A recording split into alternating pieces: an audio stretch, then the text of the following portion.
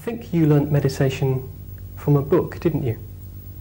Seem to remember. I learned one particular method from a book, that in the sense that well, even that isn't quite correct, because before studying the book, I discussed the whole practice with the person who'd written the book, and he gave me a copy of the book as a sort of aid memoir, you might say. So it wasn't simply that I learned that particular practice, which was in fact the practice of mindfulness of breathing, from a book, but I talked with the person connected with the book, who had himself been practicing that mindfulness of breathing and teaching it for some years. I had recourse to the book only afterwards, but I kept the book by me, and I certainly found it very useful. I was wondering, what would be the best way to learn meditation? I think the best way of learning it nowadays, and especially within the context of the FWBO, is to go along to a class and to learn it personally from whoever is taking that class. Because if you're going along to a class, there is an objective situation for you to, in a sense, conform to. Because when that particular day comes round, when the evening comes round, well, it's a reminder, well, you've got to practice meditation. It's time for meditation. So it helps to keep you up to scratch. Also, you're practicing with other people, and you realize you're not on your own. You may even realize, well, you're not the only one with difficulties.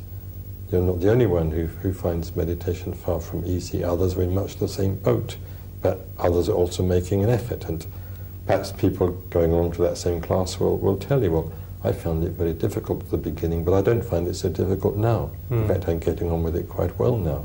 So that's encouraging, that's inspiring. So you have those advantages if you initially learn meditation and practice meditation within the context of a class, a group, as well as trying to keep up individual practice on your own in between. And of course, if you go away on a retreat, even on a weekend retreat, where there's meditation and people are practicing meditation together, having practiced it for some time already, under relatively ideal conditions, well, you can have a very inspiring experience of meditation indeed.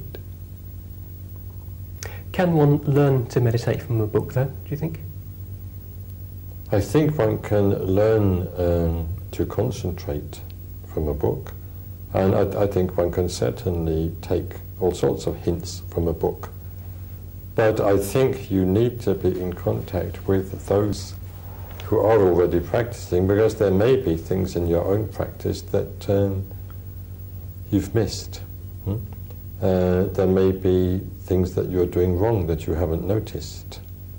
There may be hindrances that you haven't realized are hindrances, and that have to be pointed out to you as hindrances.